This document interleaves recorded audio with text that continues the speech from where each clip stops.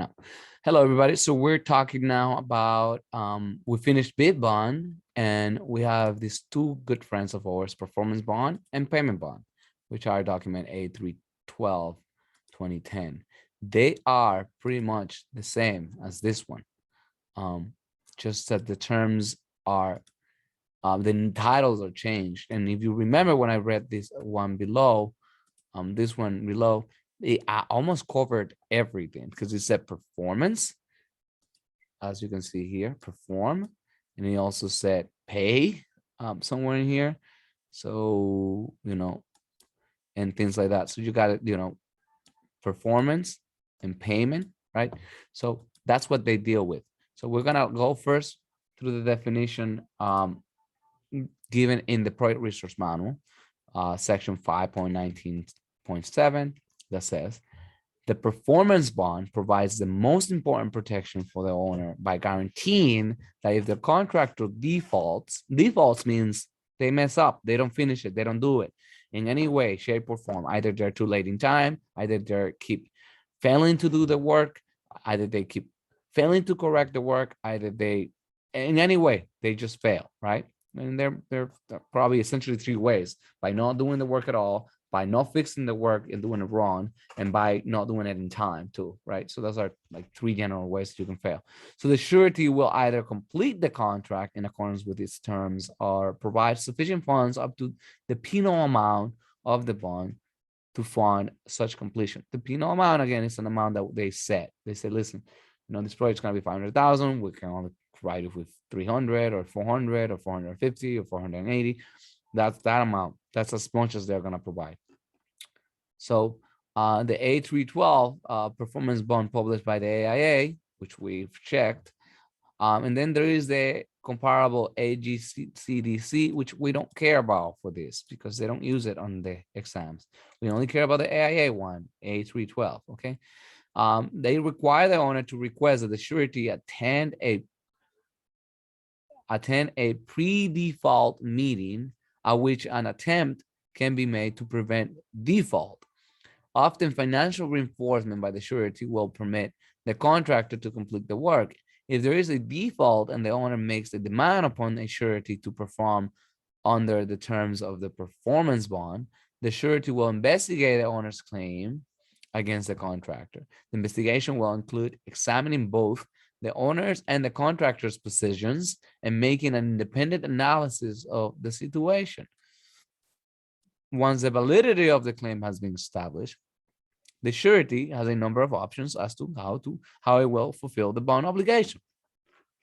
One, I would say one, if the contractor works satisfactory and the problems are only financial, the surety may choose to finance the contractor to complete the project. Under this option, the surety provides funds to the contractor so that the contractor can pay subcontractors and suppliers, buy materials, and make payroll and take other steps necessary to complete the project.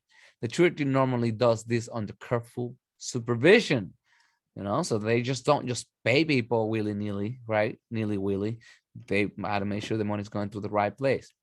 One, if the owner terminates the contract, the surety can complete the project by taking over the work itself and hiring another contractor, or by arranging for a completion contractor to work directly for the owner.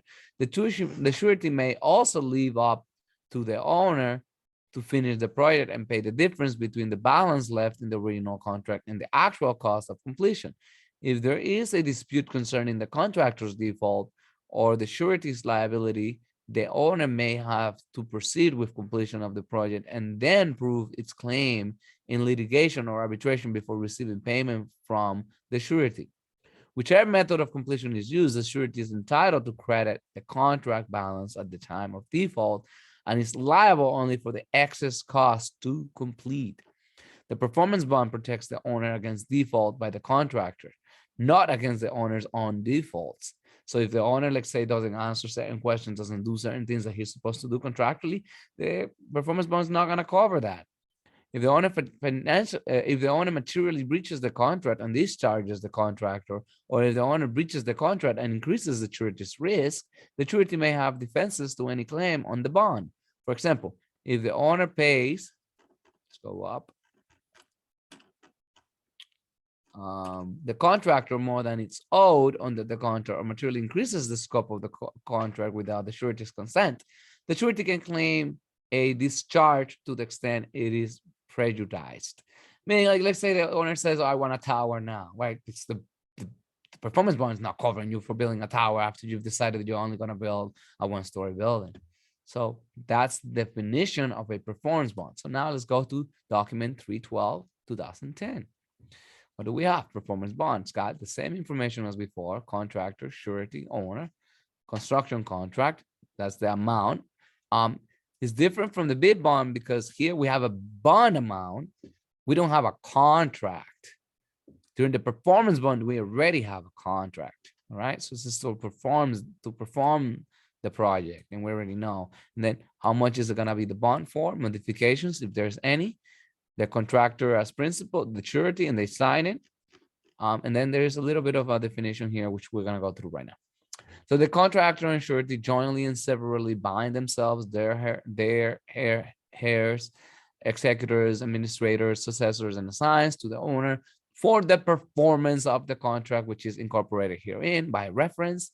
If the contractor performs a construction contract, the surety and the contractor shall have no obligation under this bond, except when applicable to participate in a conference as provided in section 3.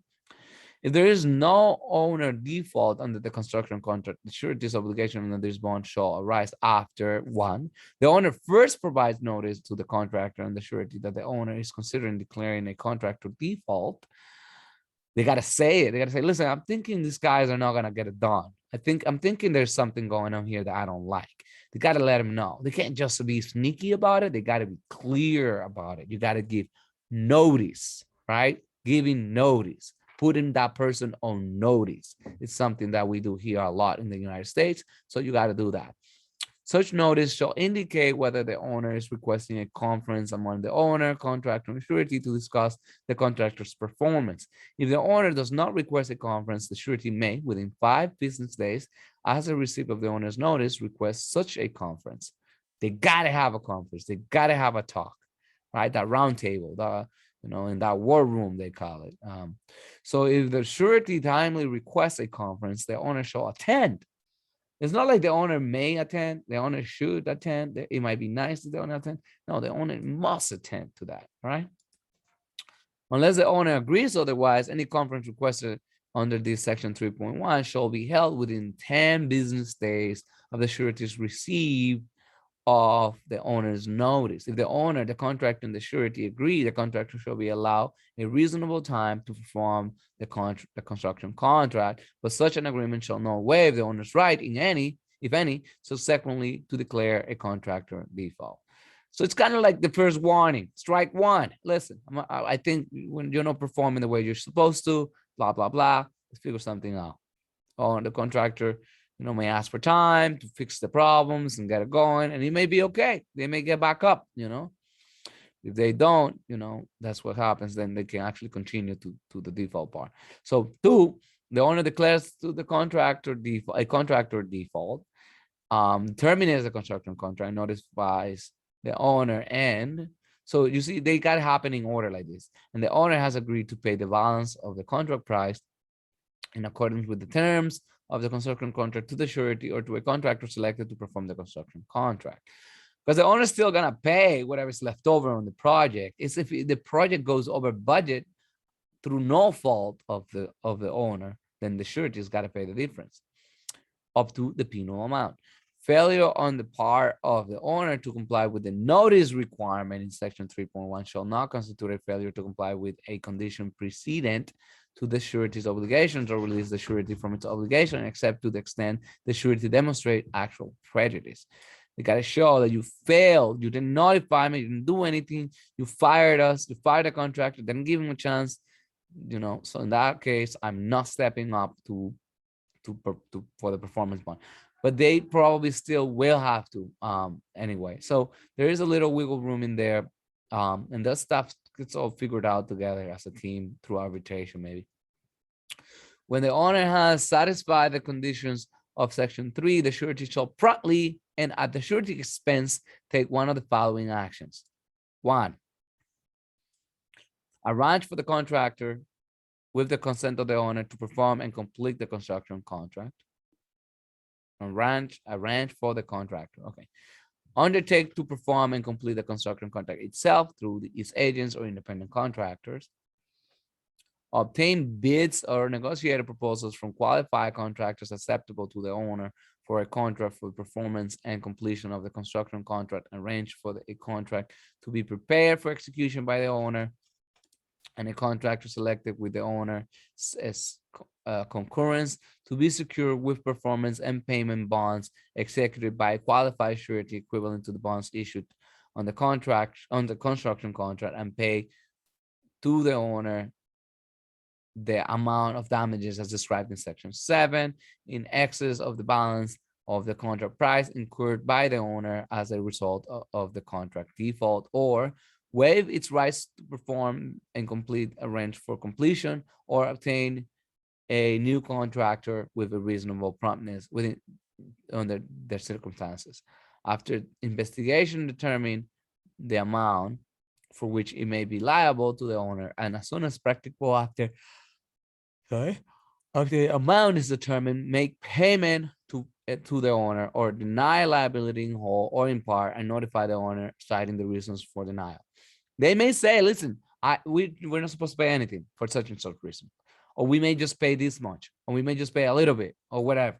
But they have to show all of this, all of the reasons and all that stuff. If the surety does not proceed as provided in section 5 with reasonable promptness, the surety shall be deemed to be in default of this bond 7 days after receipt of an additional written notice from the owner to the surety demanding that the surety perform its obligations under this bond, performance bond, and the owner shall be entitled to enforce any remedy available to the owner. So if the surety actually is the one that doesn't answer, they give him 7 more days for another notice, and they go ahead and hire somebody else. The surety will eventually have to pay, and I don't care where they go. I don't care. Even in court, they're gonna have to eventually have to pay. So that's the way. If the surety proceeds as provided in section 5.4, the owner refuses the payment, or the surety has denied liability in whole or in part without further notice to the owner, the owner shall be entitled to enforce any remedy available to the owner. Those remedies mean hire another contractor and do a lawsuit. That's it. That's the next step. That's it. Or mediation or arbitration, depending on what they have on the A101. So 7, if the surety elects to act on the section 5.1, 5.2, or 5.3, then the responsibilities of the surety to the owner shall not be greater than those of the contractor on the contract under the construction contract. Like they're not supposed to do more than what they had originally intended to do. Meaning if they were supposed to do a 5-bedroom house, they're not doing a 10-bedroom house. They're still doing a 5-bedroom house. And it's within the same parameters, the same circumstances. It's got the time's still gonna have to be the same. So on the responsibility of the owner to the surety shall not be greater than those of the owner under the construction contract, subject to the commitment by the owner to pay the balance of the contract price. The surety is obligated without duplication for the responsibilities of the contractor for correction of defective work and completion of the construction contract, additional legal, design, professional, and delay costs resulting from the contractor's default and resulting from the actions or failure.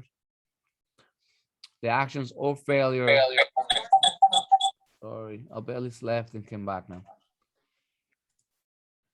Actions or failure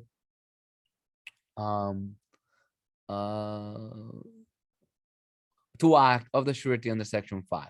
And liquidated damages, or if not liquidated damages, are specified in the construction contract, actual damages caused by the delayed performance or non-performance of the contract. By the way, you got to know what this term is, liquidated damages. And I probably explained it very well on the A201, so please go to the A201 and watch it.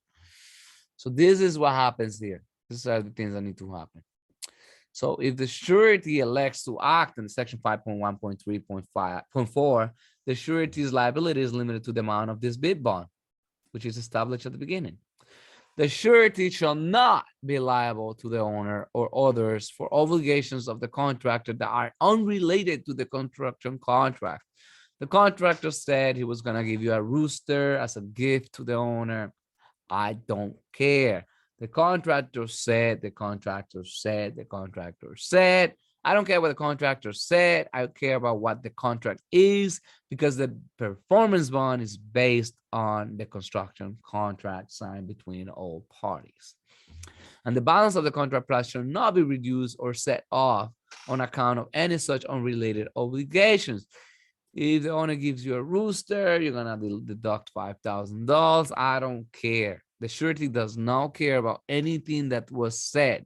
They only care about what was written and signed. So no right of action shall accrue of this bond to any person or entity other than the owner or its heirs, executors, administrators, successors, and assigns. Okay, then we go the surety hereby waives notice of any change, including changes of time, to the construction contract or to related subcontracts, purchase or orders, and other obligations. Then we go here. Any proceeding, legal or equitable, under this bond may be instituted in any court of competent jurisdiction in the location in which the work or part of the work is located, and shall be instituted within 2 years after a declaration of the contractor default, or within 2 years after the contractor ceased working, or within 2 years after the surety refuses or fails to perform its obligations under this bond, whichever occurs first. If the provision of this paragraph are void or prohibited by law, the minimum period of limitation available to sureties as a defense in the jurisdiction of the suit shall be applicable. Notice to the surety, the owner or the contractor should be mailed or delivered to the address shown on the page on which their signatures appeared above. When this bond has been furnished to comply with the statutory or other legal requirements of the location where the construction was to be performed, any provision of this bond conflicting with said statutory or legal requirements shall be deemed deleted herefrom, and provisions conforming to such statutory or other legal requirements shall be deemed incorporated herein. When so furnished, the intent is that this bond shall be construed as a statutory bond and not as a common law. And then there is these very important definitions, which I would recommend you guys to read. And then we get signatures, and titles. So just read these definitions. I'm not gonna go through them right now in the interest of time. Any questions, please put them in the comments below on the YouTube channel. And we're gonna continue with payment bond.